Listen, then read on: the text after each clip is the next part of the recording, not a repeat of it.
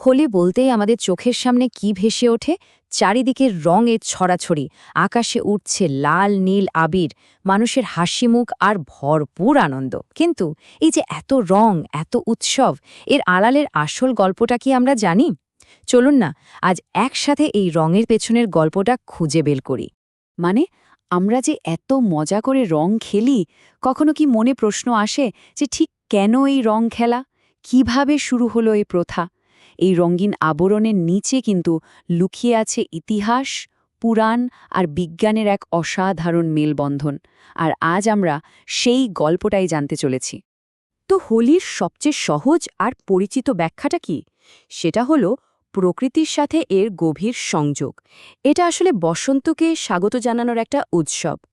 ঠিক ফাল্গুন মাসের পূর্ণিমার দিনে এই উৎসবটা হয়, মানে ঠিক সেই সময়ে যখন শীতের রুক্ষ শুকনো ভাবটা কেটে গিয়ে প্রকৃতি আবার নতুন করে নতুন রঙে সেজে ওঠে। চারদিকে নতুন ফুল ফোটে, নতুন পাতা গজায়। প্রকৃতির এই নতুন জীবন ফিরে পাওয়াকে আমরা হোলির মাধ্যমে সেলিব্রেট করি।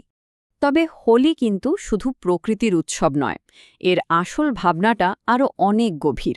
এটা আসলে সামাজিক পুনর্মিলনের উৎসব।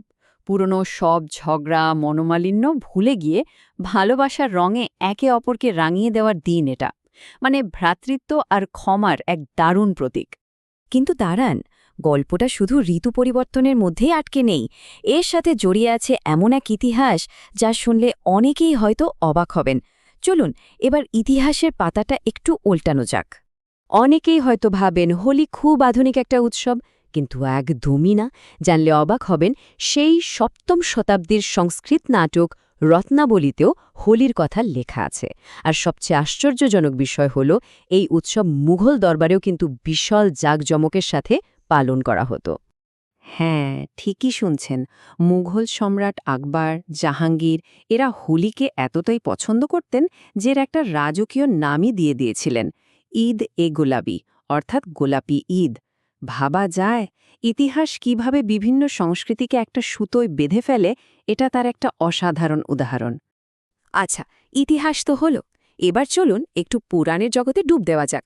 কারণ হোলির আসল আধ্যাত্মিক আর আবেগের শেকড়টা তো সেখানেই লুকিয়ে আছে। হোলির সাথে মূলত দুটো পৌরাণিক গল্প জড়িয়ে আছে। প্রথমটা হল ভক্ত প্রহ্লাদের গল্প। তার বাবা রাক্ষসরাজ হিরণ্যকশিপু তাকে পুড়িয়ে মারার জন্য নিজের বোন হোলিকার কোলে বসিয়ে দেয়। হোলিকার বর ছিল যে সে আগুনে পুড়বে না, কিন্তু হল ঠিক তার উল্টো।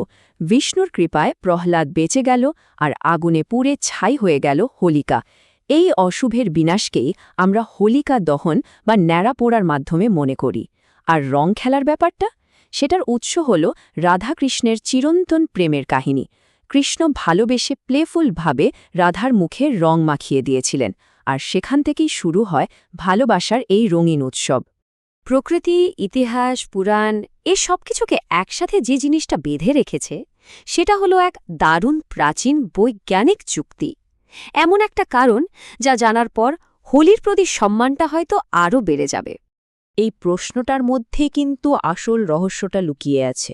কেন ঠিক শীতের শেষে আর গরমের শুরুতেই উৎসবটা হয়? এর পেছনে কি কোনো স্বাস্থ্য সংক্রান্ত কারণ থাকতে পারে? উত্তরটা হলো হ্যাঁ, অবশ্যই পারে। প্রাচীনকালে হোলি ছিল এক ধরনের আয়ুর্বেদিক টোটকা। ভাবুন একবার, ঠিক যখন ঋতু বদলের কারণে বাতাসে নানা রকম ব্যাকটেরিয়া, ভাইরাসের পরিমাণ বেড়ে যেত, তখন আমাদের পূর্বপুরুষেরা নিম, হলুদ, পলাশ ফুলের মতো প্রাকৃতিক ঔষধি জিনিস দিয়ে রং বানাতেন। আর এই ভেষজ রং যখন গায়ে মাখা হতো, তখন সেটা জীবাণুনাশক হিসেবে কাজ করত, ত্বককে নানা রোগ থেকে বাঁচাত। মানে উৎসবের ছলে আসলে একটা গোটা সমাজের স্বাস্থ্য রক্ষা করা হতো। কি অসাধারণ ভাবনা, তাই না? তাহলে দেখুন ব্যাপারটা ঠিক কোথায় গিয়ে দাঁড়াচ্ছে। হোলির প্রত্যেকটা দিক, সেটা ঋতুচক্র হোক, ইতিহাস, পুরাণ বা বিজ্ঞান, সবকিছু মিলেমিশে একটা সম্পূর্ণ ছবি তৈরি করছে। এক কথায় বলতে গেলে হোলি শুধু রং ছোড়াছুড়ির উৎসব নয়, এটা আসলে প্রকৃতি, সমাজ, ইতিহাস আর স্বাস্থ্যের এক গভীর উদযাপন, যার অনেকগুলো স্তর রয়েছে এবং প্রত্যেকটা স্তরই আমাদের জীবনের সাথে কোনো না কোনোভাবে জড়িয়ে আছে। তাই আসল কথাটা হলো হোলি মানেই হচ্ছে রিনিউয়াল বা নবজীবন।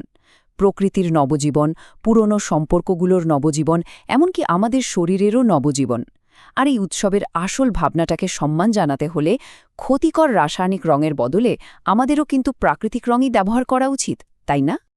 আর সবশেষে এই আলোচনাটা আমাদের একটা খুব বড় প্রশ্নের সামনে এনে দাঁড় করায়।